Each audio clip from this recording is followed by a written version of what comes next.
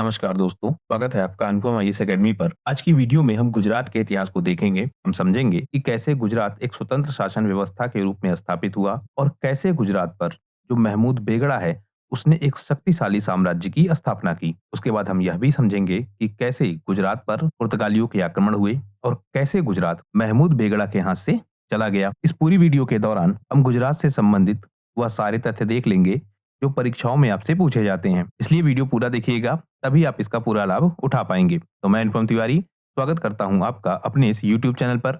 आइए देखें गुजरात के इतिहास को। सबसे पहले हम प्राचीन काल से ही गुजरात को देख लेते हैं, क्योंकि जिस तरह हमने पीछे भी देखा है, हमने इससे पहले कश्मीर का इतिहास किया, बंगाल का इतिहास किया, उन सब में हमने देखा कि जो प्राचीन काल से उनकी कनेक्टिविटी है वह किस तरह से डेवलप हुई, तभी हम चीजों को ठीक से समझ पाते हैं। तो गुजरात के केस में भी यही चीज हम देख लेते हैं। प्राचीन काल में हम देखते हैं जब समय होता है सिंधु घाटी सभ्यता का, तो उस समय जो सिंधु घाटी सभ्यता का काल है 3000 ईसा पूर्व से 1300 ईसा पूर्व का काल, उस समय लोथल और धौलावीर यह दोनों सिंधु घाटी सभ्यता के क्षेत्र हमको गुजरात में मिलते हैं। लोथल फेमस है अपने बंदरगाह के रूप में और धौलावीर फेमस है अपने ड्रेनेज सिस्टम के लिए। तो प्राचीन काल से ही हम देखते हैं कि जो गुजरात है वह अपनी व्यापारिक गतिविधियों के लिए फेमस है। कहाँ से? लोथल से, क्योंकि जो लोथल है वह एक वाणिज्यिक केंद्र था, व्यापार यहाँ बड़ी मात्रा में होता था। और जो धौलावीर है वह अपनी शहरी व्यवस्था के लिए बहुत फेमस था। तो शहरी व्यवस्था भी गुजरात में और बंदरगाह की व्यवस्था, उसके साथ साथ जो व्यापारिक व्यवस्था है वह हम देख पाते हैं कि गुजरात में पहले से ही डेवलप है। जब हम बात करते हैं महाभारत काल की और पौराणिक ग्रंथों की, तो वहां पर भी गुर्जर देश के नाम से हमें गुजरात का नाम मिलता है। इसके अलावा जो द्वारका है, जो भगवान कृष्ण की नगरी कही जाती है, वह भी गुजरात में हमको मिलती है और गुजरात में इसके साक्ष्य हमको आज तक समुद्र के नीचे मिलते हैं। तो गुजरात प्राचीन काल से ही, या हम कहें इतिहास की शुरुआत से ही, हमें साक्ष्यों के रूप में मिलता है कि एक समृद्ध शहर था, एक समृद्ध नगर की वहां पर स्थापना हुई थी और अपनी सांस्कृतिक विरासत को वह बनाए हुए था। फिर हम देखते हैं जब मौर्य युग और गुप्त साम्राज्य को, तो उस समय भी मौर्य युग के दौरान यह अशोक के अधीन था और अशोक ने इस क्षेत्र में बौद्ध धर्म का प्रचार प्रसार किया था। उसके बाद जब हम देखते हैं गुप्त साम्राज्य, तो उस समय भी इस क्षेत्र में आर्थिक गतिविधियों का विकास हुआ, सांस्कृतिक रूप से इस क्षेत्र का विकास हुआ, व्यापार का, कला का, इन सब का विकास गुप्त काल के दौरान भी यहाँ पर हुआ था। जब हम बात करते हैं मध्य युग, अब यहाँ से हमें डिटेल से समझना है। तो जब हम देखते हैं मध्य युग को, तो वहां पर सोलंकी वंश हमको मिलता है। 10वीं से लेकर 13वीं शताब्दी तक सोलंकी वंश गुजरात पर शासन चला रहा था। इस युग में बहुत सारे निर्माण कार्य किए गए, जैसे मोढेरा का सूर्य मंदिर, रानी की बाव। तो निर्माण कार्यों के लिए सोलंकी वंश बहुत फेमस था और इसको स्वर्ण युग कहा जाता है गुजरात का। उसके बाद हम देखते हैं दिल्ली सल्तनत का प्रभाव यहाँ प्रारंभ हो जाता है और दिल्ली सल्तनत के कारण जो गुजरात का क्षेत्र है, यहाँ पर भी इस्लाम का प्रभाव बढ़ने लगता है। मस्जिदों का निर्माण यहाँ पर बड़ी मात्रा में किया जाने लगता है। इन्हीं सब के बीच हम देखते हैं कि गुजरात एक स्वतंत्र शासन व्यवस्था के रूप में उदित होता है। कब? 15वीं शताब्दी में। और वह व्यवस्था स्थापित कौन करता है? अहमद शाह। तो आपसे पहला प्रश्न यह पूछा जाएगा कि अहमद शाह कौन था। आपको ध्यान रखना होगा कि गुजरात का संस्थापक है, यानी स्वतंत्र शासन व्यवस्था के रूप में जिसने गुजरात को स्टेब्लिश किया वह व्यक्ति है अहमद शाह, और इसने अहमदाबाद नगर की स्थापना की। अब हम इनका दिल्ली सल्तनत से कनेक्शन देख लेते हैं, क्योंकि सोलंकी वंश तक हमने बहुत डिटेल से ऑलरेडी किया हुआ है। तो हम देखते हैं कि जब 12वीं शताब्दी का काल है, दिल्ली सल्तनत अब स्थापित होना प्रारंभ हो चुका है और इसी दौरान 1197 में कुतुबुद्दीन ऐबक, जो कि दिल्ली सल्तनत का संस्थापक है, उसने गुजरात पर आक्रमण किया। आक्रमण क्यों किया? गुजरात की जो राजनीतिक स्थिति थी वह बहुत अच्छी थी। इसके अलावा गुजरात की जो आर्थिक स्थिति थी, यानी गुजरात के जो बंदरगाह थे, वह बंदरगाह बहुत उपयोगी थे। यहाँ से बड़ी मात्रा में व्यापार हो रहे थे। तो धीरे धीरे हम देखते हैं कि जो गुजरात है उस पर दबाव बनने लगता है दिल्ली सल्तनत का। दिल्ली सल्तनत यह कोशिश करता है कि गुजरात का जो आर्थिक उपयोग है, उसकी जो आर्थिक महत्ता है, उसका लाभ उठाया जाए और गुजरात से शासन व्यवस्था को अपने हाथों में लिया जाए। इसी क्रम में इल्तुतमिश, अलाउद्दीन खिलजी और तुगलक वंश के लोग, यह सब अपने समय काल में गुजरात पर हमला करते हैं। हालांकि हम देखते हैं कि जो इल्तुतमिश का काल है वहां पर हमला थोड़ा छोटा होता है, ज्यादा बड़े हमले होंगे अलाउद्दीन के, उसके बाद तुगलक वंश के लोगों के। लेकिन इल्तुतमिश के टाइम से ही गुजरात पर दबाव बढ़ने लगा और गुजरात को अपने नियंत्रण में लेने की कोशिश लगातार की जाने लगी। अब हम देख लेते हैं सबसे महत्वपूर्ण हमला हुआ अलाउद्दीन खिलजी का। और अलाउद्दीन खिलजी ने 1297 में यह हमला किया था। क्यों किया था? क्योंकि एक तो अलाउद्दीन को अपने साम्राज्य का विस्तार करना था। इसी के बाद हमने देखा था कि अलाउद्दीन ने मेवाड़ पर भी हमला किया था। अब यह हमले क्यों हो रहे थे? व्यापारिक मार्गों पर नियंत्रण के लिए, इसके साथ साथ साम्राज्य का विस्तार करने के लिए। तो मुख्यतः हम दो कारण देखते हैं। इसी क्रम में गुजरात पर भी हमला होता है। गुजरात में सबसे फेमस क्या है? वहां के बंदरगाह। जैसे जो सूरत का बंदरगाह है, वह अपने व्यापारिक गतिविधियों के लिए बहुत फेमस था। वहां से पश्चिम एशिया से, अफ्रीका से, यूरोप से, मतलब बहुत बड़े स्तर पर व्यापार होते थे। और इस व्यापार में हम देखते हैं कि भारत को लाभ होता था। मतलब भारत बहुत सारा धन इन व्यापारों से कमाता था। इन बंदरगाहों पर नियंत्रण करके जो दिल्ली सल्तनत के लोग हैं, यहाँ हम बात कर रहे हैं अलाउद्दीन खिलजी की, नियंत्रण स्थापित करके बहुत सारा लाभ कमाना, यह इनका लक्ष्य था। इसीलिए बार बार यह आक्रमण करते हैं और गुजरात पर नियंत्रण करने की कोशिश करते हैं। तो अलाउद्दीन सबसे व्यापक स्तर पर हमला 1297 में करता है। लड़ाई होती है बैलाघाट की लड़ाई, 1297 की। तो यह तथ्य भी इंपॉर्टेंट है। गुजरात पर हमला हुआ, बैलाघाट की लड़ाई हुई। और गुजरात पे उस समय शासन कौन है? भीमदेव द्वितीय, जिन्हें रायकर्ण भी कहा गया है कुछ जगहों पर। तो भीमदेव द्वितीय और अलाउद्दीन खिलजी के मध्य यह युद्ध होता है। अलाउद्दीन खिलजी ने भीमदेव द्वितीय की सेना को हरा दिया और इससे गुजरात के कई सारे इलाकों पर अलाउद्दीन का कब्जा हो गया। धीरे धीरे अलाउद्दीन अपना नियंत्रण बढ़ाता रहा और 1298 जाते जाते इसने सूरत पर भी कब्जा कर लिया। जो इसका लक्ष्य था, बंदरगाह पर कब्जा करना और वहां से व्यापारिक गतिविधियों को नियंत्रित करना, यह इसका लक्ष्य था। तो बैलाघाट की लड़ाई के बाद अलाउद्दीन खिलजी अपने लक्ष्य को प्राप्त कर लेता है और सूरत पर अधिकार कर लेता है। फिर उभर कर आता है अगला व्यक्ति, मतलब अगला बड़ा परिवर्तन गुजरात में होगा जफर खान के द्वारा। जफर खान कौन है? जब हम देखते हैं दिल्ली सल्तनत का काल है और दिल्ली सल्तनत के काल में अलाउद्दीन खिलजी सूरत तक नियंत्रण स्थापित कर चुका है। नियंत्रण स्थापित करने के बाद व्यवस्था क्या बनी? क्योंकि सुल्तान, या हम कहें जो दिल्ली सल्तनत के सुल्तान है, वह दिल्ली में रहते थे। तो जो क्षेत्रीय नियंत्रण है वह किसको सौंपा जाए? तो वहां पर सूबेदारों की नियुक्ति होती थी। सूबेदार यानी प्रांतीय गवर्नर, वह उस क्षेत्र की प्रशासनिक व्यवस्था को देखते थे। इसी क्रम में जो दिल्ली सल्तनत है वह भी सूबेदार नियुक्त करता है गुजरात के लिए। लेकिन धीरे धीरे जो दिल्ली सल्तनत है अब वह कमजोर होना शुरू हो चुकी है। दिल्ली सल्तनत में उत्तराधिकार के संकट, आर्थिक समस्याएं वह लगातार बनी हुई थी। इसके अलावा हमने यह भी देखा, अलाउद्दीन की जो नीतियां थी, उन नीतियों ने अलाउद्दीन के रहते हुए तो साम्राज्य को लाभ पहुंचाया, यानी दिल्ली सल्तनत को लाभ पहुंचाया। लेकिन अलाउद्दीन के बाद अलाउद्दीन की ही नीतियों ने दिल्ली सल्तनत को बहुत नुकसान पहुंचाया, क्योंकि उन्हें नियंत्रित कर पाना सबके बस की बात नहीं थी। तो जब अलाउद्दीन चला जाता है तो दिल्ली सल्तनत कमजोर होने लगता है, उसका पतन प्रारंभ होने लगता है। मतलब एक फेज आएगा अलाउद्दीन के दौरान जब गुलाम वंश का पतन हो जाएगा दिल्ली सल्तनत से। तो इस तरह जब दिल्ली सल्तनत कमजोर पड़ेगी तो व्यवस्था फिर से वही। सल्तनत जब कमजोर है तो जो स्थानीय शासक है वह कोशिश करेंगे कि अपने अपने क्षेत्रों में वह स्वतंत्र हो जाए। यानी जब दिल्ली सल्तनत यानी जो मुख्य केंद्र है जो सबको नियंत्रित कर रहा है वह कमजोर होने लगेगा, तो जो स्थानीय प्रशासक हैं वह धीरे धीरे स्वतंत्र होना प्रारंभ कर देंगे। और गुजरात का क्षेत्र, जैसा हमने अभी बात की, सूरत इसमें सबसे महत्वपूर्ण है। यह दिल्ली सल्तनत से काफी दूरी पर है और जब दिल्ली सल्तनत दिल्ली के ही क्षेत्र में कमजोर हो जाएगी तो गुजरात पर नियंत्रण बनाए रख पाना बहुत कठिन हो जाएगा। इसी सब क्रम में दिल्ली सल्तनत से गुजरात की दूरी प्रारंभ हो जाती है। एक व्यक्ति उभर कर आता है, जफर खान। जफर खान क्या करता है? यह गुजरात का सूबेदार होता है और यह क्या करता है? धीरे धीरे अपनी स्वतंत्रता की घोषणा करने लगता है। 1391 में यह दिल्ली सल्तनत से अपनी स्वतंत्रता घोषित कर देता है। यह कहता है कि अब यह दिल्ली सल्तनत के अधीन नहीं रहेगा। और इस समय दिल्ली पर शासन किसका है? तुगलक वंश का, और उनका राजा है फिरोज शाह तुगलक। तो फिरोज शाह तुगलक का भी शासनकाल कमजोर है और उसका नियंत्रण भी उस स्तर तक नहीं है जिससे वह दिल्ली में बैठकर गुजरात को कंट्रोल कर पाए। तो दिल्ली सल्तनत से जो दूरी है वह दूरी काम करती है और जफर खान स्वतंत्र शासक के रूप में उभरने लगता है। उसके बाद आएगा अहमद शाह प्रथम का शासनकाल, 1411 से 1442 तक। अहमद शाह कौन है? इसका पूरा नाम है अहमद शाह प्रथम और यह 1367 में जन्म लेता है, जब मोहम्मद शाह का शासन था, मोहम्मद शाह द्वितीय का शासन था। उस समय गुजरात में यह भी एक अधिकारी था। इसने भी विद्रोह किया, कब? 1411 में। और विद्रोह करने के साथ साथ इसने भी दिल्ली सल्तनत से दूरी बना ली और अपनी एक स्वतंत्र शासन व्यवस्था स्थापित। तो अगला व्यक्ति है अहमद शाह। अब यहाँ दो व्यक्ति आपको मिले, एक आपको मिला जफर खान। जफर खान पहली बार विद्रोह करता है, दूसरी बार विद्रोह करेगा अहमद शाह। जफर खान का विद्रोह क्षेत्रीय शक्तियों के उभरने के रूप में होगा और अहमद शाह का विद्रोह स्वतंत्र प्रशासन स्थापित करने के रूप में होगा। दोनों में थोड़ा अंतर होगा। तो अहमद शाह क्या करता है, अहमदाबाद की स्थापना करता है। अब यहाँ पर अपनी यह राजधानी बनाएगा और स्वतंत्र शासन व्यवस्था स्थापित कर ले जाएगा। अहमदाबाद बसाया कहाँ पर? पहले यह एक नगर था असावल। तो असावल का जो प्राचीन नगर है, उसी के स्थान पर अहमदाबाद को बसाया जाता है। अहमदाबाद को बसाने के बाद वह इसका शहरीकरण करता है।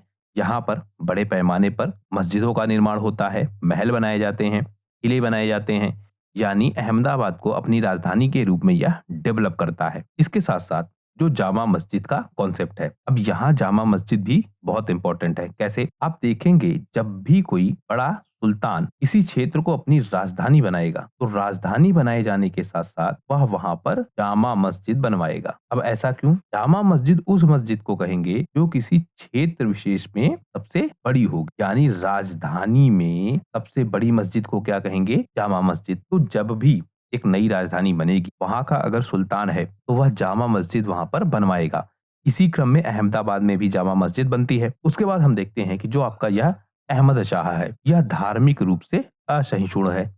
यानी यह सूफी संतों के प्रति तो निष्ठावान है, लेकिन जो देवी देवता हैं, यानी जो हिंदू धर्म है, उनके खिलाफ बहुत कट्टर है। उनकी मूर्तियों को नष्ट करने वाले के रूप में इसे जाना जाता है। तो धार्मिक रूप से असहिष्णु है, सूफी संतों की तो इज्जत करेगा, लेकिन जो हिंदू धर्म है, उसका विनाश करने की पूरी कोशिश करेगा। इसी क्रम में यह सिद्धपुर के मंदिरों को नष्ट करता है, हिंदुओं से जजिया वसूलता है और हिंदू धर्म को प्रताड़ित करने की कोशिश करता है। कुल मिलाकर हम देखते हैं कि जो गुजरात का क्षेत्र है, उसमें इस समय इस्लाम धर्म और जैन स्थापत्य कला, क्योंकि जैनों के कुछ अवशेष वहां बचे हुए थे, तो जैनों के अवशेषों पर इस्लामी स्ट्रक्चर खड़े किए गए और बहुत सारे मस्जिदों का, खानकाहों का, मदरसों का निर्माण किया गया। शासकीय व्यवस्था में भी इसने बड़े परिवर्तन किए। कैसे परिवर्तन? प्रशासन में जो आधे पद हैं, उन पर एक तो स्वतंत्र मुस्लिमों की नियुक्ति की और शेष आधे पदों पर दासों की नियुक्ति की। अब ऐसा क्यों किया? एक तो यह शरीयत के प्रति समर्पित दिखना चाहता है, यह शरीयत के कानूनों को लागू करवा रहा है। पहली चीज तो यह दिखेगी। इससे क्या होगा? जो इस्लाम है, उस इस्लाम का समर्थन इसको मिलेगा। तो इसलिए आधे पदों पर क्या करेगा? मुसलमानों की नियुक्ति। लेकिन क्योंकि इसे नियंत्रण भी बनाए रखना है और नियंत्रण अपने हाथों में हो, इसके लिए यह क्या करेगा? दासों की नियुक्ति। तो दासों की नियुक्ति करेगा और मुसलमानों की नियुक्ति करेगा। इन सब के साथ-साथ हम यह भी देखते हैं, जो आपका यह अहमद शाह है, यह एक प्रसिद्ध कवि भी है, क्योंकि मिस्र का एक विद्वान है। यह नाम पूछा जाएगा कि यह कब आया था? तो बद्र उद दीन तमामीनी, यह आता है अहमद शाह के शासनकाल के दौरान और यह प्रशंसा करता है सुल्तान की। यह लिखता है कि वह सुल्तानों में विद्वान और विद्वानों का सुल्तान है। तो यह प्रशंसा करता है किसकी? अहमद शाह प्रथम। तो 1411 से लेकर 1442 तक अहमद शाह प्रथम गुजरात की शासन व्यवस्था को देखता है। इसके बाद हम देखते हैं कि मोहम्मद शाह तृतीय आता है 1442 से 1451 तक। यह अहमद शाह के निधन के बाद गुजरात पर शासन व्यवस्था को संभालता है। यह पुत्र है अहमद शाह का। इसके समय हम क्या देखते हैं कि जो शासन व्यवस्था है, अब वह कमजोर हो चुकी है और राजनीतिक अस्थिरता बन चुकी है। प्रशासन में आंतरिक विद्रोह खूब सारे होने लगेंगे। इससे हम देखते हैं कि अब जो राज्य है, इसकी अपनी सुरक्षा ही संकट में पड़ जाएगी। तो मोहम्मद शाह तृतीय का जब शासनकाल आएगा, तो अहमद शाह ने क्या कोशिश की थी कि एक सशक्त केंद्र की व्यवस्था की जाए और गुजरात की जो शक्ति है, स्पेशली अहमदाबाद की जो शक्ति है, उसे बढ़ाया जाए।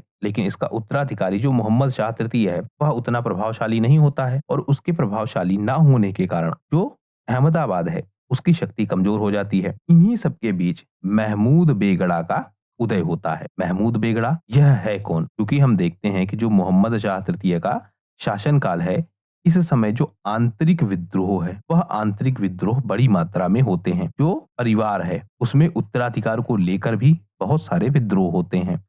आपस में ही लोग लड़ते रहते हैं। तो इन्हीं सब के बीच जो शाही परिवार है, यानी अहमदाबाद का जो शाही परिवार है, उसमें एक व्यक्ति है महमूद बेगड़ा। यह रिश्तेदार है किसका?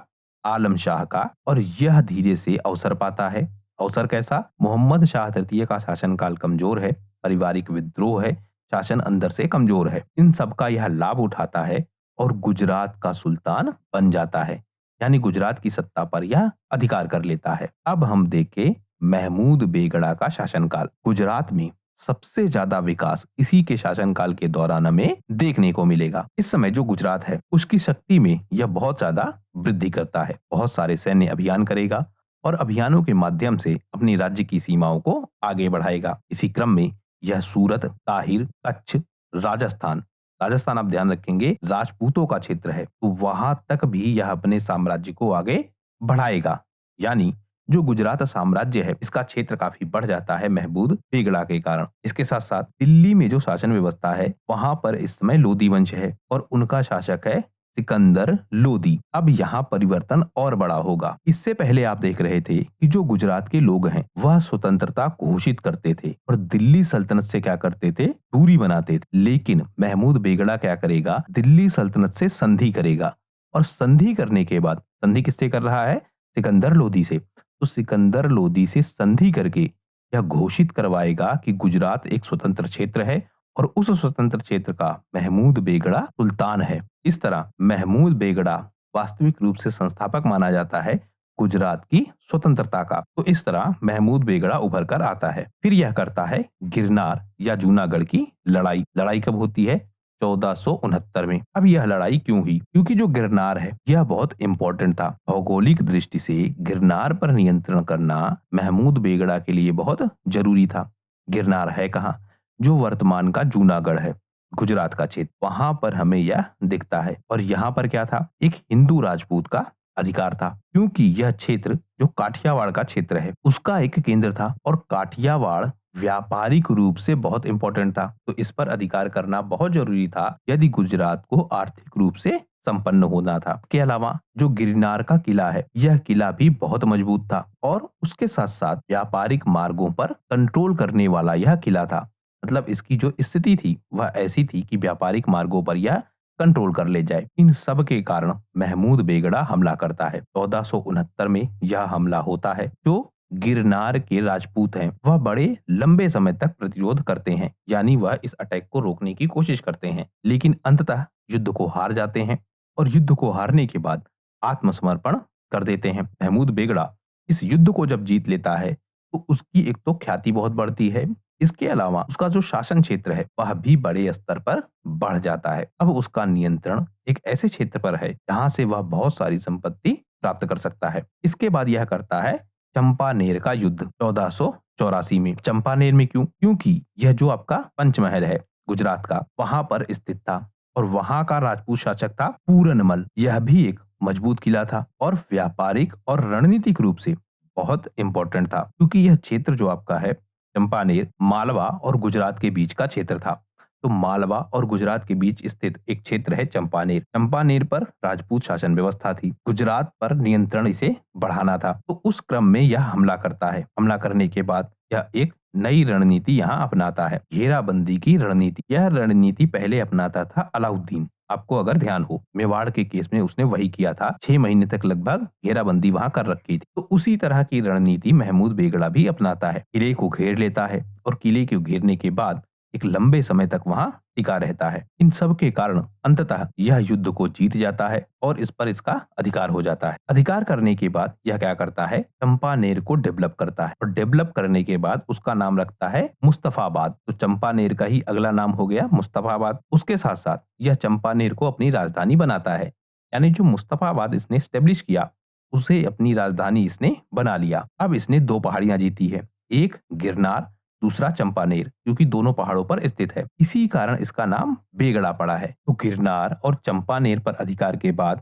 यह एक शक्तिशाली शासक के रूप में उभर कर आता है। लेकिन अब एक नया एंगल प्रारंभ हो जाएगा। कौन सा एंगल, पुर्तगालियों का आगमन, क्योंकि अब पुर्तगाली भारत में आना शुरू कर देंगे। तो यहाँ पर भी एक कॉन्सेप्ट है। कॉन्सेप्ट क्या, क्रास और क्रेसेंट का युद्ध। अब यह युद्ध वैचारिक रूप से बहुत इंपॉर्टेंट है। कैसे, क्योंकि जो आपका क्रास है, क्रॉस मतलब ईसाई धर्म का प्रतीक यानी पुर्तगाल, और जो आपका क्रेसेंट है, क्रेसेंट मतलब इस्लामी शक्ति का प्रतीक यानी गुजरात। तो अब ईसाई वर्सेस इस्लाम युद्ध हो रहा है। तो बहुत फेमस चीज है और एक नया परिवर्तन यहाँ पर हमें दिखेगा। गुजरात में जो इस्लाम है उसका प्रतीक कौन है? महमूद बेगड़ा। और पुर्तगाली शक्ति भारत में आ चुकी है। हम देखते हैं कि 1498 में वास्को डी गामा भारत में आता है और जो कालीकट है यानी केरल है वहां पर व्यापारिक केंद्र स्थापित करता है। अब इन सबको हम आधुनिक भारत की सीरीज में बहुत डिटेल से पढ़ेंगे। क्यों आया, कैसे आया, किस प्रकार से आया, क्या वैचारिक तथ्य थे, उन सबको हम समझेंगे।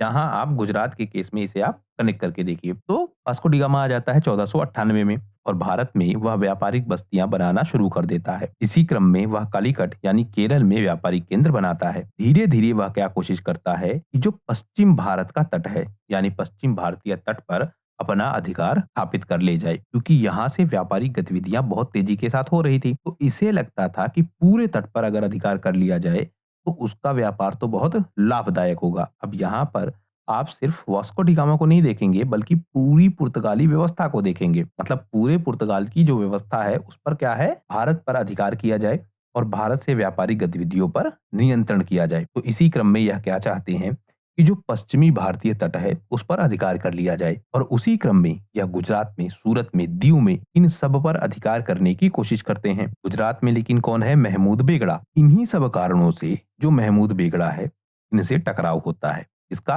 पुर्तगालियों का। अब यहाँ महमूद बेगड़ा आधुनिक भारत की सीरीज में भी कवर हो रहा है। तो गुजरात में शासन है महमूद बेगड़ा का। पुर्तगाली अपनी शक्ति को बढ़ाना चाहते हैं। पुर्तगाली लोग जो पश्चिमी तट हैं उन पर अधिकार करना चाहते हैं और महमूद बेगड़ा से इसलिए यह युद्ध प्रारंभ होगा। पुर्तगाली अब कोशिश करते हैं कि किसी भी तरीके से बंदरगाहों पर अधिकार किया जाए, यानी जो दीव है, सूरत है, अन्य जितने बंदरगाह हैं उन पर कंट्रोल किया जाए। महमूद बेगड़ा लेकिन सजग होता है। वह यह समझ चुका था जो यह विस्तार कर रहे हैं वह उसके साम्राज्य के लिए ही खतरा है। यानी महमूद बेगड़ा पुर्तगालियों को खतरे के रूप में देखता है। अब यहाँ परिवर्तन होगा। महमूद बेगड़ा एक बहुत बड़ी योजना बनाएगा। योजना क्या बनाएगा? वह मुस्लिम गठबंधन बनाएगा। इसीलिए इसको कहते हैं क्रॉस और क्रेसेंट का युद्ध, क्योंकि अब यहाँ मुस्लिम गठबंधन बनेगा। 1508 में दीव का युद्ध होगा और इस युद्ध में महमूद बेगड़ा की जो राजनीतिक क्षमता है वह हमको देखने को मिलेगी। महमूद बेगड़ा क्या करता है? विदेशी शक्तियों को अपने साथ मिलाता है। और मिलाता कैसे है? धर्म के नाम पर। क्योंकि जो मुस्लिम गठबंधन है वह क्रिसेंट के रूप में था और क्रॉस के रूप में कौन है? पुर्तगाली। तो यह मिस्र से, यानी मिस्र का जो मामलुक सुल्तान है, तुर्क से, उन सब से सहायता लेता है। इसके लिए पुर्तगालियों से लड़ने के लिए। इस तरह से गुजरात सल्तनत का महमूद बेगड़ा, मिस्र का जो मामलुक सल्तनत है, अरबों की जो सेना है, यह सब आपस में मिल जाते हैं और मिलने के साथ यह पुर्तगाली नौसेना से युद्ध लड़ते हैं। तो एक तरफ जो इस्लाम जगत है उसकी जो बड़ी शक्तियां हैं वह एक तरफ हो जाती है, दूसरी तरफ जो पुर्तगाल है वह है। तो इस तरह यह युद्ध होता है। लेकिन 1509 में पुर्तगालियों ने दीव की लड़ाई लड़ी और मुस्लिम गठबंधन को पराजित कर दिया। यानी यहाँ क्रेसेंट हार गया, क्रॉस जीत गया। जब इस युद्ध में पुर्तगालियों ने महमूद बेगड़ा द्वारा बनाए गए इस गठबंधन को पराजित कर देते हैं तो धीरे धीरे जो उनका लक्ष्य था कि भारतीय समुद्री व्यापार पर नियंत्रण किया जाए वह काम वह करने लगते हैं। अब उनका नियंत्रण स्थापित होने लगता है। इन्हीं सबके बीच दो यात्रियों का विवरण भी हमको मिलता है। एक आपका है बारबोसा, दूसरा आपका है बारथेमा। यह बताते हैं कि महमूद बेगड़ा था कौन। इसे समझने के बाद आप जान पाएंगे फिर से महमूद बेगड़ा कैसे उभरता है और युद्ध को लड़ता है। तो यह क्या बताते हैं, स्पेशली जो आपका बारबोसा है, इसका पूरा नाम आप ध्यान रखेंगे। वह क्या है? डुआर्ते बारबोसा। और यह भारत में आया था यात्रा के पर्पस। 1510 में यह भारत आया था। और यह बताता है जो आपका महमूद बेगड़ा है वह एक शक्तिशाली, समृद्ध और प्रभावशाली शासक था। उसके पास बहुत बड़ी नौसेना की ताकत थी। अहमदाबाद, सूरत, चंपानेर ऐसे बड़े शहरों पर उसका अधिकार था और यह शहर व्यापार के केंद्र थे। मतलब उसकी आर्थिक क्षमता भी यहाँ देखी जा रही है। इसके अलावा बेगड़ा के विषय में कहा जाता है कि बचपन से ही उसको जहर दिया जाता था, इसीलिए उसको विष पुरुष कहते हैं। अब यह क्या चीज है? आपने देखा होगा चंद्रगुप्त मौर्य को, और चंद्रगुप्त मौर्य के साथ क्या था? चाणक्य यही काम करते थे। चाणक्य थोड़ा थोड़ा विष देते थे चंद्रगुप्त मौर्य को, जिससे चंद्रगुप्त मौर्य पर विष का असर समाप्त हो गया था। इस टेक्निक को क्या कहते हैं? क्योंकि यह भी हो सकता है आपसे पूछ लिया जाए। मिथ्रीडेटिज्म। इसमें क्या होता है? शरीर को धीरे धीरे जहर का आदी बनाया जाता है। मतलब थोड़ा थोड़ा जहर पहले दिया जाएगा जिससे शरीर क्या होगा? उसको सहने के लिए तैयार हो जाएगा और समय बीतने के साथ इसकी मात्रा बढ़ाई जाएगी, किसकी? जहर की। और इससे क्या होगा? धीरे-धीरे उस व्यक्ति का शरीर ऐसा हो जाएगा कि उस पर विष का असर नहीं होगा। यही काम हो रहा था चंद्रगुप्त मौर्य के साथ, चाणक्य ने किया था और यही काम हो रहा था बेगड़ा के साथ। कहते हैं कि बेगड़ा का शरीर इतना विषैला था कि अगर कोई मक्खी उसके हाथ पर बैठ जाती थी, तो वह मक्खी भी मर जाती थी। क्यों? क्योंकि उसका शरीर इतना विषैला हो चुका था। अब जो आपका यह पार्थेमा है, इसका पूरा नाम भी पूछा जा सकता है। पूरा नाम क्या है? लुडोविको दी बार्थेमा। यह एक इतालवी यात्री है और 16वीं शताब्दी में भारत का दौरा करता है। यह भी कहता है कि जो महमूद बेगड़ा है, यह एक तो बहुत शक्तिशाली है, दूसरा इसके पास बहुत सारा धन है, गुजरात के व्यापार पर इसका नियंत्रण है, जहाजों की उन्नत व्यवस्था इसके पास है। कुल मिलाकर यह एक शक्तिशाली सुल्तान है। विदेशी व्यापार को यह प्रोत्साहित करता है और यूरोपीय शक्ति से यह सतर्क है, जैसा पुर्तगालियों के खिलाफ अभी हमने देखा। इसके साथ साथ जो महमूद बेगड़ा है, इसे पेटू भी कहा जाता है। क्यों? क्योंकि यह बहुत लंबा चौड़ा था, अच्छी खासी कदकाठी का यह व्यक्ति था और बहुत ज्यादा खाना यह खाता था। अब यह भी तथ्य है क्योंकि यही पूछा जाएगा कि पेटू किसे कहा जाता है, तो इसलिए आप इसको ध्यान रखिए। बारबोसा और बार्थेटा बताते हैं कि जो महमूद बेगड़ा है, ज्यादा खाना खाने की वजह से इसका शरीर ऐसा था कि जो इसकी दाढ़ी है वह हरे रंग की दिखती है। इसके अलावा वह यह भी बताते हैं कि इसकी मूछ इतनी बड़ी थी कि अपने सिर के पीछे ले जाकर उसे बांधता था। तो यह महमूद बेगड़ा के विषय में लोग बताते हैं। अब हम आगे देखते हैं। महमूद बेगड़ा 1458 से 1511 तक गुजरात के क्षेत्र में शासन को संभालता है और साहित्यिक रूप से बहुत सारा योगदान भी देता है, क्योंकि यह फारसी भाषा और अरबी भाषा के साहित्यों को संरक्षण देता है। इसी क्रम में जो फारसी भाषा के विद्वान हैं, शेख अब्दुल्ला, शेख अहमदगंज बस्ताद अली, यह सब इसके दरबार में हमें दिखते हैं। इसके अलावा संस्कृत के विद्वान उदयराज, यह भी हमको दिखते हैं। इन्होंने रचना की है महमूद चरित। तो उदयराज का नाम आप ध्यान रखिएगा, महमूद चरित इन्होंने लिखा है। स्थापत्य कला में अगर हम देखें तो इसने मस्जिदें बनवाई, महल बनवाए, मकबरे बनवाए, किले बनवाए, नगर बनवाए। तो स्थापत्य कला में भी इसने काफी सारा योगदान दिया। जैसे जो आपका मुस्तफाबाद शहर है, वह इसने बनाया था चंपानेर के युद्ध के बाद, जिसे बाद में इसने अपनी दूसरी राजधानी बना ली। यहीं पर इसने बागे फिरदौसी की भी स्थापना की, मतलब बागों की एक श्रृंखला स्थापित की। उसके बाद जो जामा मस्जिद है वह भी बनाया था, यह भी हमने पीछे देखा। और यही मस्जिद अहमदाबाद की सबसे बड़ी मस्जिद है। अहमदाबाद में ही यह महमूद बेगड़ा का मकबरा भी बनवाता है। तो स्थापत्य कला में भी यह काफी योगदान देता है। अब हम देखते हैं, क्योंकि पुर्तगालियों का एक हमला पीछे हो चुका है, उसके बाद यह अपने विकास कार्यों को भी करता रहता है, लेकिन फिर यह अपने साम्राज्य को आगे बढ़ाने की कोशिश करेगा। यह इस बार द्वारका पर हमला करेगा और द्वारका पर हमला दो कारणों से होगा। पहला कारण क्या? क्योंकि यह इस्लाम का प्रचार प्रसार करना चाहता है और द्वारका हिंदू धर्म का केंद्र था, यानी इसे कहते थे कुफ्र इस्लाम की भाषा में। कुफ्र का मतलब यह अधर्म का केंद्र था, मतलब इस्लाम के लिए अधर्म का केंद्र था द्वारका। तो द्वारका को नष्ट करना यह इस्लाम को आगे बढ़ाने जैसा था। तो उस कारण से भी इसने हमला किया, द्वारका के मंदिरों को लूटा, नगरों को तोड़ा और सबसे फेमस जो द्वारकाधीश का मंदिर है, उस मंदिर को इसने तोड़ा। वहां के मंदिरों से बहुत सारे सोने चांदी के जो आभूषण है उनको भी इसने लूट लिया। तो द्वारका पर इसने हमला किया। पहला कारण धार्मिक कारण, जो कि इस्लाम धर्म का प्रचार प्रसार करना है, उसके साथ साथ जो हिंदू धर्म है उसे कमजोर करना है। दूसरा कारण जो समुद्री डाकू है उनका भय इसको दिखता है। अब जो आपके यह समुद्री डाकू वाला विवरण है, यह क्या है? क्योंकि हमने देखा कि जो गुजरात का क्षेत्र है और जो काठियावाड़ का क्षेत्र है, यह क्षेत्र प्रारंभिक काल से ही व्यापारिक गतिविधियों का केंद्र था। क्योंकि हमने चर्चा की थी लोथल की, लोथल भी प्रारंभिक काल से ही फेमस था अपनी व्यापारिक गतिविधियों के लिए। तो यह पहले से ही फेमस था और यहाँ पर समुद्री डाकू सक्रिय, यानी इन्हें कहा जाता था अरेबियन सी के डाकू। और यह डाकू यहाँ पर बने हुए थे। यह करते क्या? जो भी विदेशी जहाज आते जाते थे उनको लूट लेते थे और लूटने के बाद जाकर द्वारका में शरण ले लेते थे, यानी द्वारका में जाके छुप जाते थे। इससे क्या हो रहा था? व्यापारिक गतिविधियां डिस्टर्ब हो रही थी। जहाँ जाते थे व्यापारी आते थे, उनको ये लोग लूट लेते थे और लूट कर भाग के चले जाते थे द्वारका में। इस कारण से भी यह हमला किया गया। कुल मिलाकर महमूद बेगड़ा ने द्वारका पर हमला किया, द्वारका के मंदिरों को लूटा, द्वारकाधीश मंदिर को तोड़ा, वहां की संपत्ति को लूटा और जो समुद्री डाकुओं का खतरा है उसे भी दूर करने की कोशिश। इसके बाद अगला घटनाक्रम 1508 में होता है चौल का युद्ध। अब यहाँ आप देखते रहिए, एक तरफ बेगड़ा अपनी शक्ति को बढ़ा रहा है, दूसरी तरफ जो पुर्तगाली हैं वह भी अपनी शक्ति को बढ़ा रहे हैं। बेगड़ा प्रशासनिक नियंत्रण भी चाहता है और उसके साथ साथ व्यापारिक नियंत्रण भी चाहता है। पुर्तगाली मुख्यतः चाहते हैं व्यापारिक नियंत्रण। तो इस तरह आप ध्यान रखेंगे। यह युद्ध क्यों हुआ? क्योंकि भारत का जो पश्चिमी तट है वहां पर पुर्तगाली अपनी शक्ति बढ़ा रहे थे। एक युद्ध पहले हो चुका है जिसमें पुर्तगाली जीते हैं। पुर्तगाली अपनी शक्ति को लगातार बढ़ा रहे हैं, यानी भारत के पश्चिमी तट से होने वाला जो व्यापार है, जहां से अरब, टर्की, मिस्र, फारस इन सब क्षेत्रों से व्यापार हो रहा था, उस पर नियंत्रण पुर्तगाली चाहते थे और इन पर नियंत्रण महमूद बेगड़ा भी चाहता था। पुर्तगालियों ने अब क्या किया, जो गुजरात के जहाज हैं उनको लूटना शुरू कर दिया, जो अरब के व्यापारी हैं उनको लूटना चालू कर दिया। इससे जो महमूद बेगड़ा है उसके लिए दिक्कत खड़ी हो गई। दिक्कत कैसी? क्योंकि जो अरब के व्यापारी हैं